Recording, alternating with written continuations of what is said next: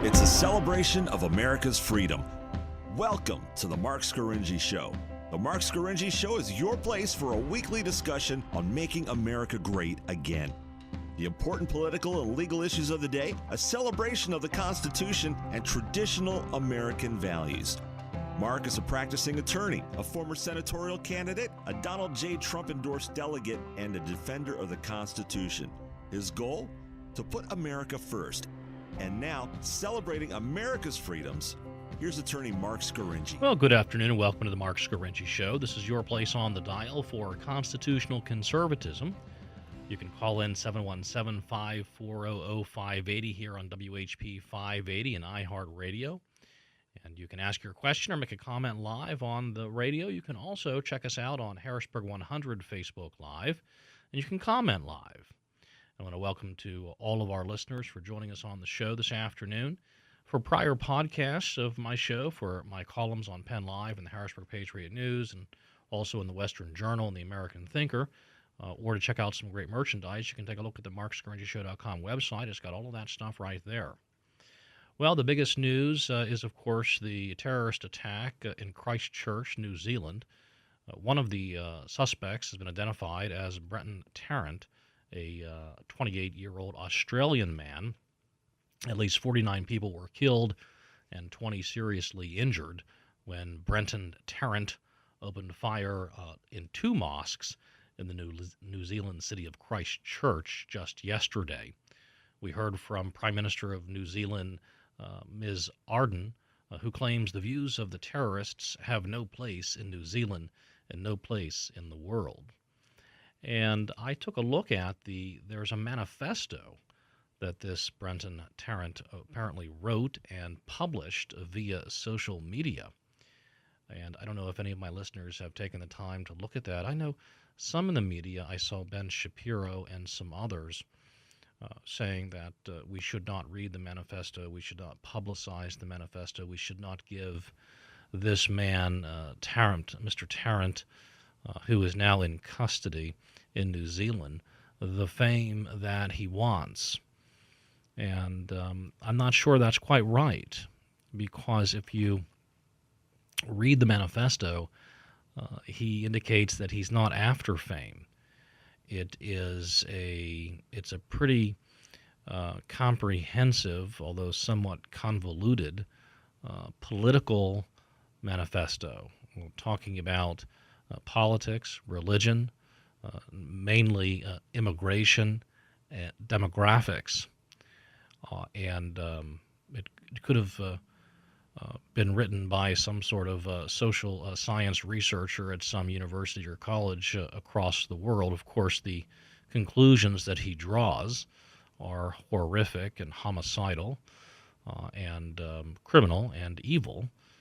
But the points he makes are points of discussion and debate around the world, and have been for time immemorial. And certainly it's been discussed even more so in the years since the Donald J. Trump campaign and the Trump presidency, when these particular issues have come foremost to the nation's attention, and also the mass migration of the Syrian refugees into Europe, into countries such as Belgium, the Netherlands, and France, and Germany and Great Britain, and that has generated quite a bit of debate.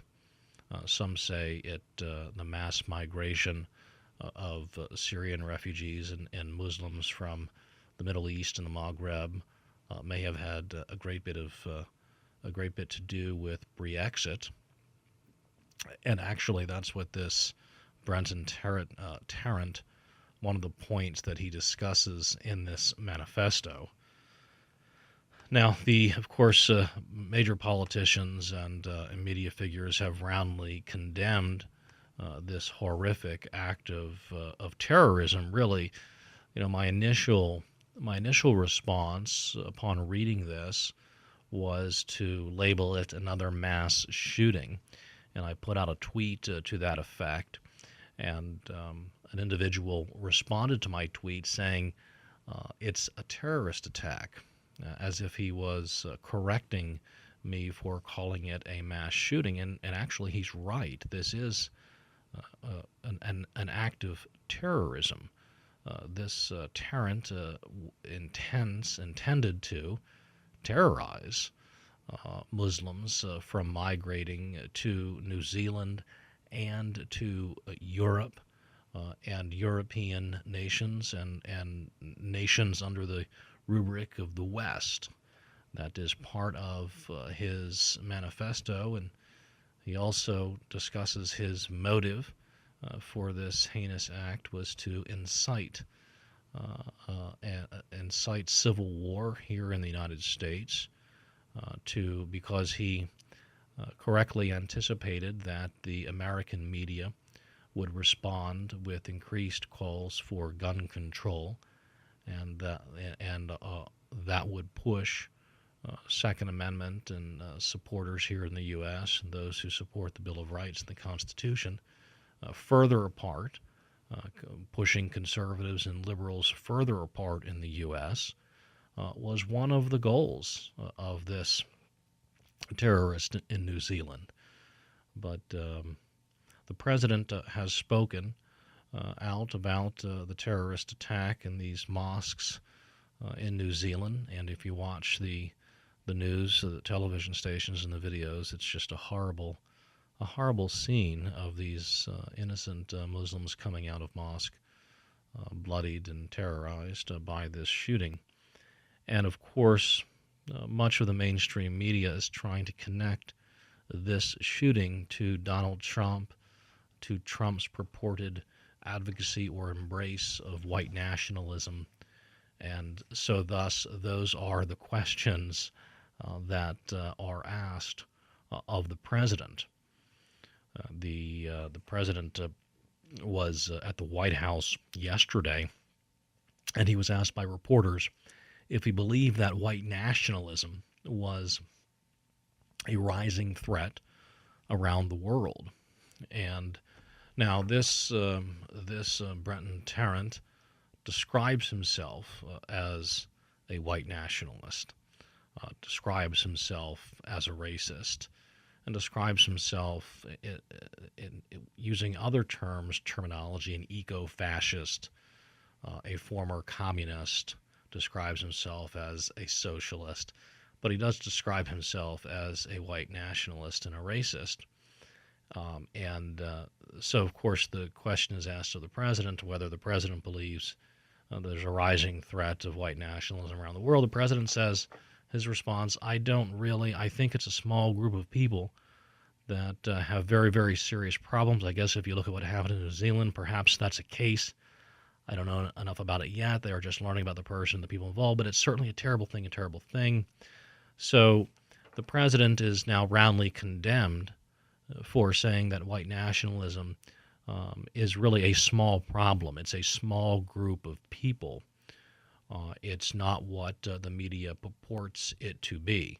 So I'd like to know what my listeners think is the problem of white nationalism as evidenced by the terrorist attacks in New Zealand, an extreme version of white nationalism. Is it, as the president says, just really a small group of people with very, very serious problems, or is it a much larger problem confronting the country today as the media wants us to believe? So we're going to take a brief commercial break, and when we get back, I want you to call in 717-540-0580. Let me know what you think. You're listening to the Marc Scaringi Show. Stay tuned. Scaringi Law has been providing high-quality legal services to individuals, families, and businesses throughout central Pennsylvania since 2005. Our team of attorneys have over 200 years of combined experience. We have the depth and breadth of expertise that can get the results you need. We're a full-service law firm that brings big firm resources right to your town. We have offices in Harrisburg, Newport, Carlisle, Gettysburg, Lancaster, and York. From family matters like divorce, support, custody, and adoption, to criminal defense, DUI, employment, tax, firearms, business, litigation, to estates, real estate, and elder law, to dozens of other practice areas. Scaringi Law can help you. We have over a dozen attorneys, including several with over 30 years of experience. Among all of us, we have the expertise to handle just about any legal need. We're a one-stop shop, and in every case, we put clients first. Scaringi Law is a family of highly skilled attorneys dedicated to fighting for you, our clients, every day. Call now and talk to Scaringi Law. Call 717-657-7770 today or visit our website at scaringilaw.com. Now, more of Marc Scaringi on News Radio WHP 580. And welcome back to the Marc Scaringi Show, your place on the dial for constitutional conservatism. This is where we talk about the important political and legal issues of the day from the perspective of putting America first. Today we're talking not about America directly. We're talking about the horrible mosque attacks in New Zealand. But, of course, they will have an effect on the political discourse in this country. The president has been asked by reporters if there is a problem with rising white nationalism. And the president seemed to downplay it and indicate that it's a very, very small group of people who have very, very serious problems. Of course, Brunson Tarrant, one of the suspected killers, wrote a 70-plus page manifesto, and I've read most of it. I couldn't get all of it read before the show, but it's a pretty extensive discourse of history and demographics and religion, and talking about the current state of affairs, pitting Islam versus the West. This individual describes himself, among others, as a white nationalist and an eco-fascist. And the question is the president right? Is the problem of white nationalism a very small, isolated to a small group of people, or is it something writ much larger?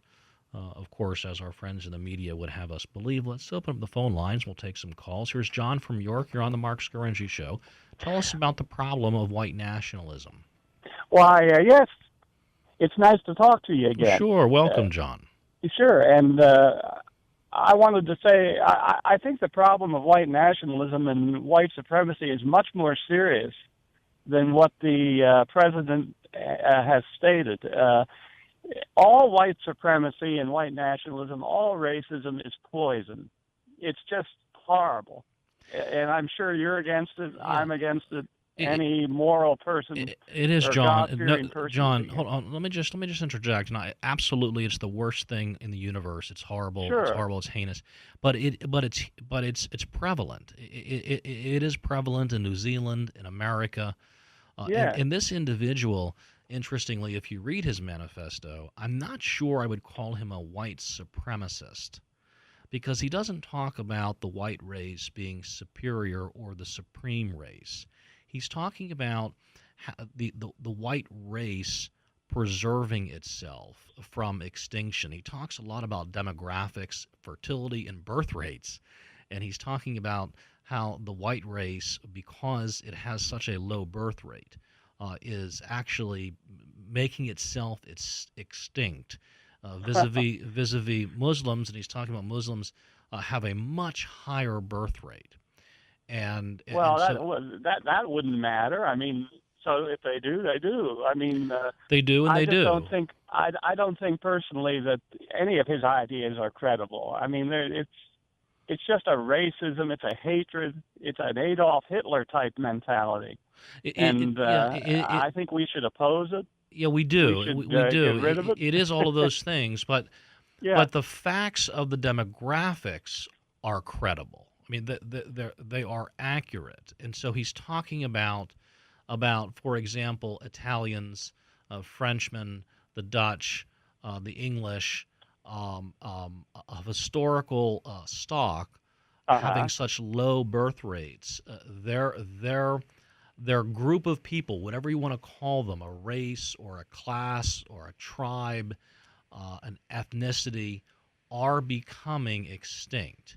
And what he's saying is, and he's a horrible, vile, the worst person on earth. But what he's saying is that these nations need to preserve their own culture and their own cultural identity vis-a-vis the Islamic or the Muslim race and the Islamic religion, because they are so fertile and they have such a high birth rate, and they're spreading through migration and immigration into these various other countries. So it sounds to me like he's using this whole thing as a basis for hatred of these people. Yeah, he's horrible. He's got horrible hate. No question about that. It's horrible hatred, no question. And a lot of Muslims are very good people. Absolutely. I mean, I'm a believer in Jesus Christ. I'm a Christian, but nevertheless, I know that a lot of Muslims are very, very good people. And there's only a few of them that are radical, and the ones we hear about. But and all racism is so evil. I mean, any kind of racism is evil, and I think white supremacy or white nationalism is a much more serious problem than what the president has made it. I can't understand why he doesn't talk more against it. Yeah, maybe? I don't. I haven't asked him that question. What is the solution then to individuals like this Brenton Tarrant and these white nationalists? And you believe, contrary to the president, it's a big problem. The media tells us it's a big problem. There are white nationalists everywhere. Should be stopped. Well, how do you stop racism among whites? There are probably maybe a couple billion white people on the planet. Yeah. How do we eradicate racism among whites? Well, whites? we have to come to realize that every race, every color, we're all members of God's family. Jesus died for everyone. God loves everyone equally. And we have to realize we're all one. We're all one family, and I believe the only real answer to it is to come into the love of Jesus Christ, and for people to experience God's love, and that's the only way they're going to love other people. They're going to love everybody if they experience God's love in Jesus Christ. That would be my solution to it. I'm not saying it's easy. I'm not saying the solutions are simple and easy. However, in a way, they are. And that's to come into the love of God. And anyone who really is a true believer in Jesus or a true believer in God will not be racist. Yeah, I just wonder because we've been sharing the love of Jesus Christ for 2,000 some years now. True. Have we not? True. And we haven't eradicated racism over those 2,000 years. Well, I think we also have to legislate more against it, and governments and individuals and churches and people have to get together and how do you legislate in every way they can. So Brenton Tarrant, this horrible, evil, most despicable person in the universe who committed this heinous crime. Yeah. What law would you pass that would remove from his brain the idea that he has that as a white man he needs to defend a white culture, a white tradition? How do you take that out of his brain? Well, I'll tell you what, he sure has a mean, awful, stupid idea, and the only way to take it out of his brain would be if he would commit his life to God and have a changed life. Well, if you read his manifesto, he talks about the Muslim invasions historically into Europe, and he actually talks about Pope Urban the Second and the Crusades. Yeah. He actually compares himself to a member of the Knights Templar. And he talks about the Battle of Vienna in 1683. So he talks a lot about history. And of course, the Catholic Church of the medieval time period, and the Catholic kings of Europe, who came together with their armies to oppose the Muslim armies who were coming up from Southeast Europe and from the Middle East up into Europe. So much of European history was a battle, a conflict of arms. Between Christians and Islam. That's totally against Scripture. I mean, we should not be fighting each other. I don't care if it's in history or now or. Well, no, or I know when. we shouldn't be, but it was a big part of the history of the world and still is to this day. And I'm just wondering, and Christ, we've had the gospel of Jesus Christ for 2,000 plus years. We've had some of the highest ranking, so to speak, leaders in Christchurch urging us to do, as Western Christian men, to do battle against Islam and to defend the homeland, so to speak, the Western nations from Islamic attack. So we haven't been able to eliminate this if it's racism or whatever it is. White nationalism. Yeah. So I'm not sure that's the answer, John. That's all I'm saying. Well, I'll tell you what.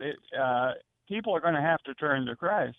They're going to have to turn to the Lord and the risen Lord. Amen. And get this hatred out of them. Amen. I'm with you, John. And if they don't do it, then we have a real problem.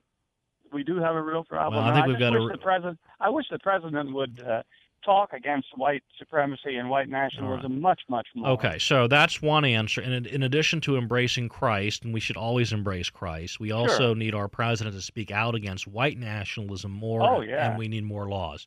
John from York, thanks for calling. I'll get one quick call. You. Sure. Scott from Lebanon, just about a minute left. What's the answer to the problem? Is there a rising white nationalism, or is the president correct and it's just a very small problem? Mark, I think back in the 80s, there was a lot of discussion as far as the death culture, as far as when the abortion on demand and things of that nature.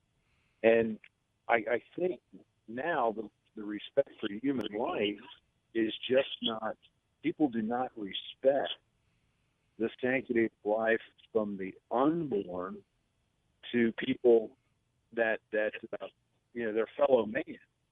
And I heard that discussed years ago, and it's a disrespect for human life. I think it's a death culture, and now you see it from Governor Cuomo in New York and their state legislature, and you see it in the government of the state of Virginia. Okay. As far as, and that would be my comment. Well, Scott from Lebanon, I thank you for your comments. So the answer is to have more respect for life, and I want to thank you for that. We're going to take a brief commercial break. You're listening to the Marc Scaringi Show. Stay tuned. We'll be back right after this. Let's get back to the Marc Scaringi Show on News Radio WHP 580. And welcome back to the Marc Scaringi Show, your place on the dial for constitutional conservatism here on WHP 580 and iHeartRadio. You can also join us on Harrisburg 100 Facebook Live. You can comment live, and we'll read your comments on the air, particularly if they say something nice about me or the show.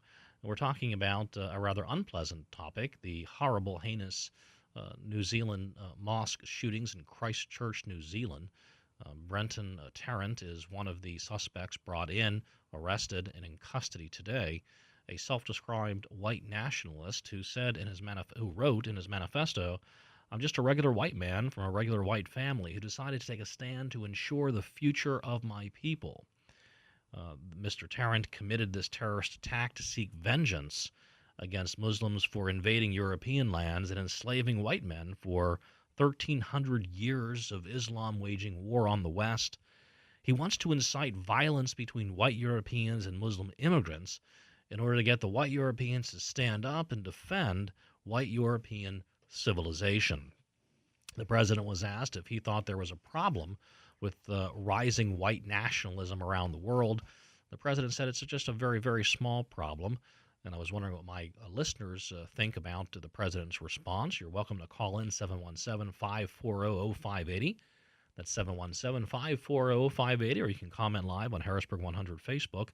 And let me know if you think the president is correct, that white nationalism is just a very small problem with a small group of people who have very, very serious problems.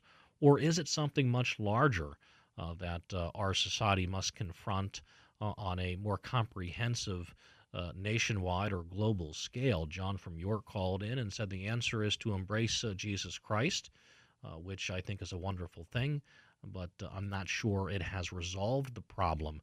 between Islam and the West for the past 1,300 years.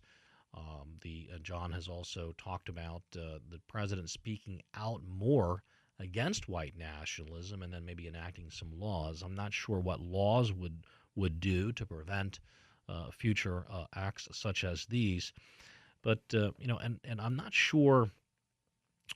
This man, if you read his manifesto, he's talking about the decline of Western civilization. That's something we've heard about and read about and studied about for many years, and how the low birth rates of traditionally white European nations are causing the French and the Italians and the Germans and the British and the Spanish to become extinct, and how they are.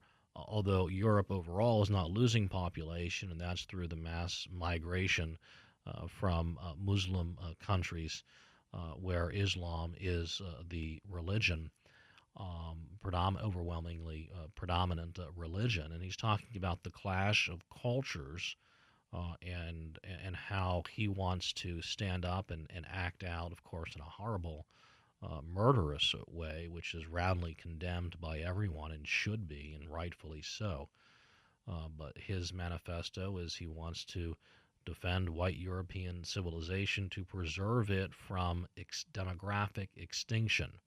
He also wants to incite civil war in the United States over guns and gun rights, which he believes will balkanize America along political, cultural, and most importantly, racial lines. And so he thinks that by committing this heinous act of a white man using a firearm to shoot and kill innocent Muslims, that will incite the media in America and American politicians to speak out even more strongly in favor of gun control and taking away the Second Amendment rights of law-abiding Americans. And that's going to cause a real conflict between conservatives and liberals in America, a conflict that will be so severe that it reaches a boiling or a breaking point in the form of civil war, and then America will break down and balkanize along ultimately racial lines. And so that is the kind of the logic that was utilized by this the Christchurch killer, that this is how he is going to bring about the preservation of white European civilization, and he means in America too, Americans of European descent, that this is what is going to help bring it about. So some pretty convoluted logic there. He is, if you read his manifesto, he says he's many things, and there are many things that he isn't. He describes himself as a white nationalist and a racist. He claims he places the importance of the health and well-being of his race above all others. His goal is to ensure the existence and the preservation of the white European race and the preservation of its culture. He claims he's not a Nazi, he's not a conservative, and he's not anti-Semitic. He describes himself as an eco-fascist, most closely aligned with communist China. And he's very concerned about overpopulation, and that kind of dovetails with his kind of extremist environmental, or this eco-fascism, where he's talking about Muslims are the most fertile. Their birth rates are about 8-1, and that's going to have a negative effect on the environment with mass overpopulation. So he's kind of hearkening back to this Malthusian idea where the world will run out of resources because of overpopulation. He talks about, as we discussed with John from York, he talks about the history of Islam in the West and the battles that were waged when European princes and Catholic kings defended European nations from Muslim armies invading and conquering, or intended to be conquering armies. He talks about Pope Urban II, the Battle of Vienna in 1683, and he presents himself as a man who's willing, a man of the West, and men of the West must be men once more. And this is his manifesto, his call to action. And I have said that some in the media have said, don't read the manifesto, don't talk about it, don't give him any more attention. But I think it's important that we read and understand what motivates these killers so that we can try to address the root causes of the problems. But enough of me talking. Let's open the phone lines. We'll take some calls from our listeners. We have Joe from Pembroke. You're on the Marc Scaringi Show.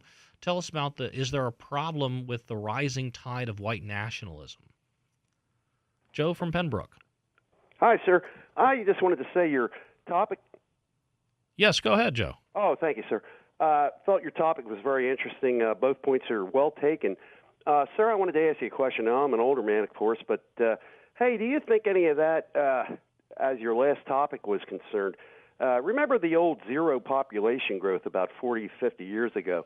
Do you happen to, I'm not an extremist in any way, but do you happen to think that may have anything to do with that, with this situation? And thank you, sir. Have a great day. Yeah, well, thanks for calling, Joe from Pembroke.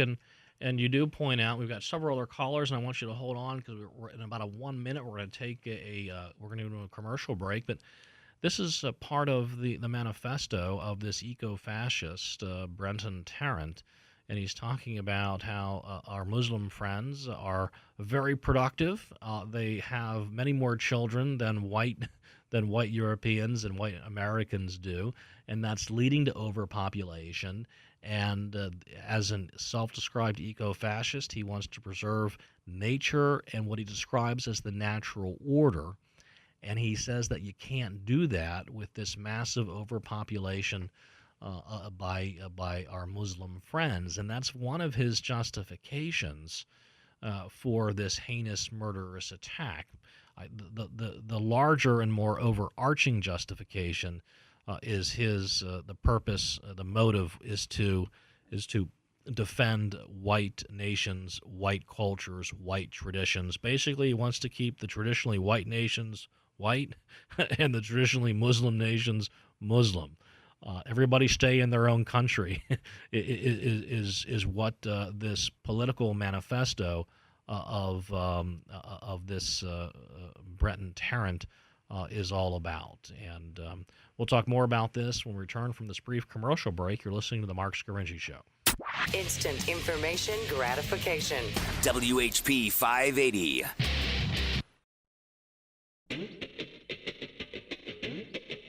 Now back to the Marc Scaringi Show on News Radio WHP 580. And welcome back to the Marc Scaringi Show, your place on the dial for constitutional conservatism. We're talking today about the horrible shootings in Christchurch, New Zealand. 49 people killed, 20 injured, and counting. Brenton Tarrant, an Australian man, a 28-year-old Australian man taken into custody, a self-described white nationalist, and apparently flashed the white nationalist symbol during his preliminary arraignment earlier this morning. We're talking about his manifesto that he's written and how many in the media are saying don't read it and don't publicize it. But, of course, I'm reading it and talking about it and trying to understand what is motivating or what has motivated this particular person. It's clearly a political manifesto. He's defending white European race and traditions and culture against what he believes is a conquering culture of Muslims, and he wants the Muslims to stay out of traditional white countries.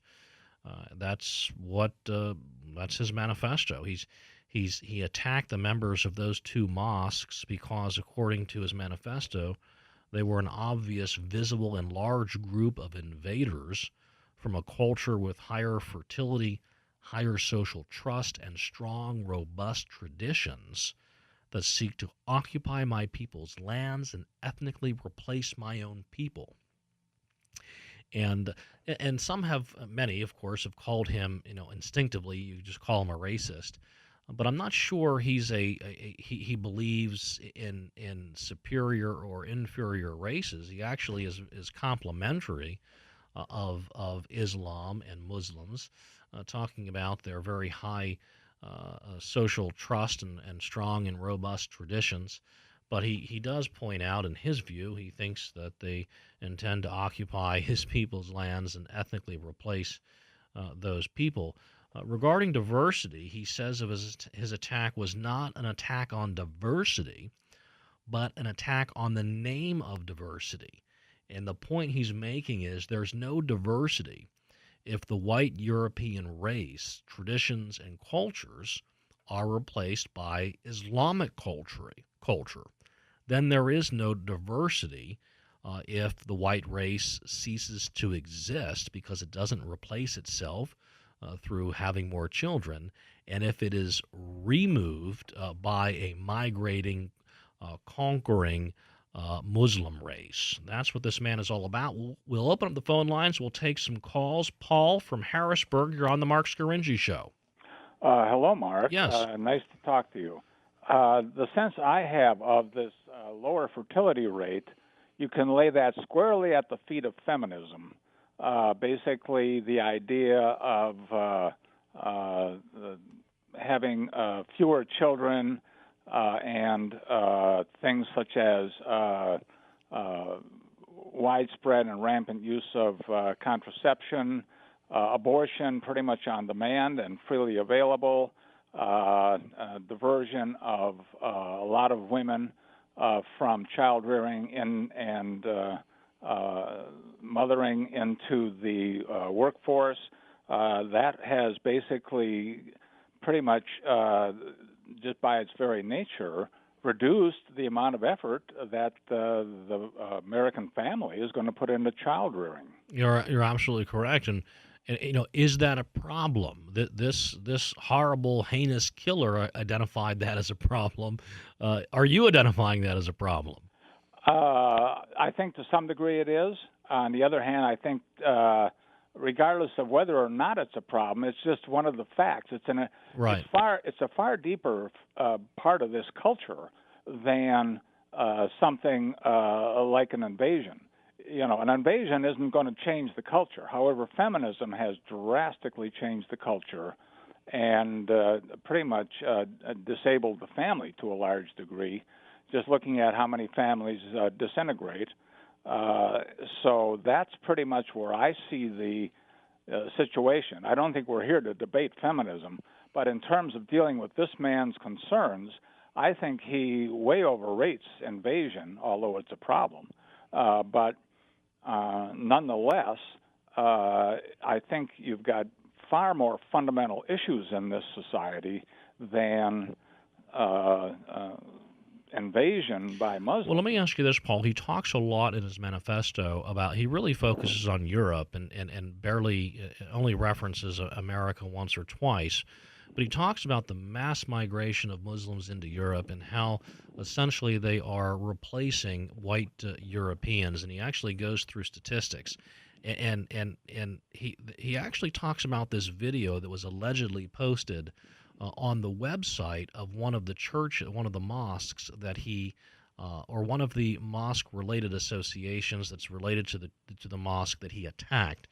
And it is this video, and I don't know if this has been proven or not. I'm looking for some courageous journalists to actually identify if in fact this video was posted. But the video is essentially talking about how Muslims are conquering Europe through migration and a much higher birth rate compared to the French and the Italians and the Spanish and the British and the Germans, who are not reproducing, and their racial stock, if you will actually be wiped out in the next 20, 30, or 50 years. That's the point that this killer is making.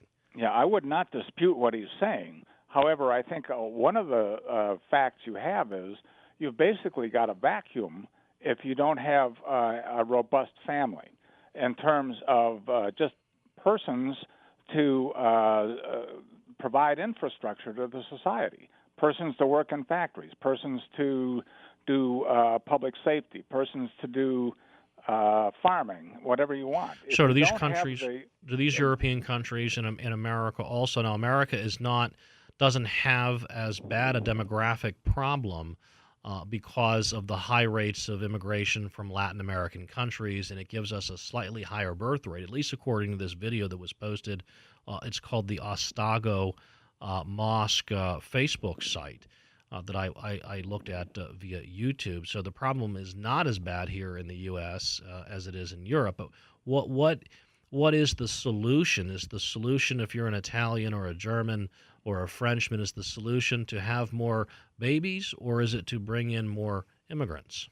Well, I think if you're interested in preserving the culture, obviously it's a matter of having more children, and beyond that, just don't crank out babies, but rather improving the structure of the American family, where children actually know who both their parents are. They spend time with each of their parents. They know their parents as role models, how to do the right thing, how to do, how to be a man, how to be a lady. This sort of thing should be modeled for these children by their parents. And in a lot of cases, dad's off working and mom's off working, and we're stuck in some daycare, and there's not a lot of that parental direction and guidance being given to these children. And I think that is where the infrastructure of American society is failing. Well, Paul from Harrisburg, I thank you for your call, and thank you for those very wise points. You bet, Mark. Keep it up the good work. I certainly enjoy your program. Will do. Thanks for calling, Paul. You bet. And and you have to take a look and YouTube the video. It's called it's on the Ostago Facebook site. It is this video that apparently was the actual trigger, according to this Brenton Tarrant. If you read his manifesto, he talks about watching this video that was posted on the mosque Facebook site, and the video is what triggered him ultimately on this murderous rampage. And it reveals that 90% of the population growth in France since 1990 is due to Muslim immigration. French couples have 1.8 babies. Muslim couples living in France have 8.1 babies. There are no more mosques than churches. There are more mosques than churches in the formerly heavily Catholic southern France. 30% of children 30 years of age or younger in France are Muslim. In the largest three cities, Nice, Marseille, and Paris, 45% of the children under 30 are Muslim. In 39 years, according to this video that was posted on the mosque Facebook, according to this terrorist, in 39 years, France will become an Islamic republic. And he goes through similar statistics for Spain, for Germany, Belgium, the Netherlands, Great Britain, and Russia. And he's talking as if he is a modern-day Knights Templar who is going to lead Western nations to a restoration and a preservation of their culture through this murderous rampage.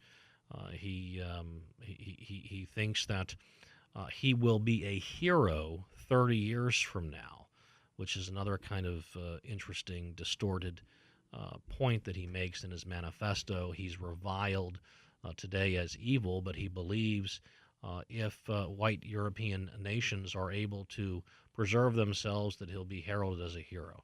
It's quite a read. I commend you to it so that we can understand the root cause of these horrible, barbaric, heinous acts, so hopefully we can prevent and prohibit any of these from occurring again. That's about all the time we have today for the Marc Scaringi Show. I want to thank you for listening. Tune in every Saturday at 1 o'clock on WHP 580, iHeartRadio, and Harrisburg 100 Facebook Live.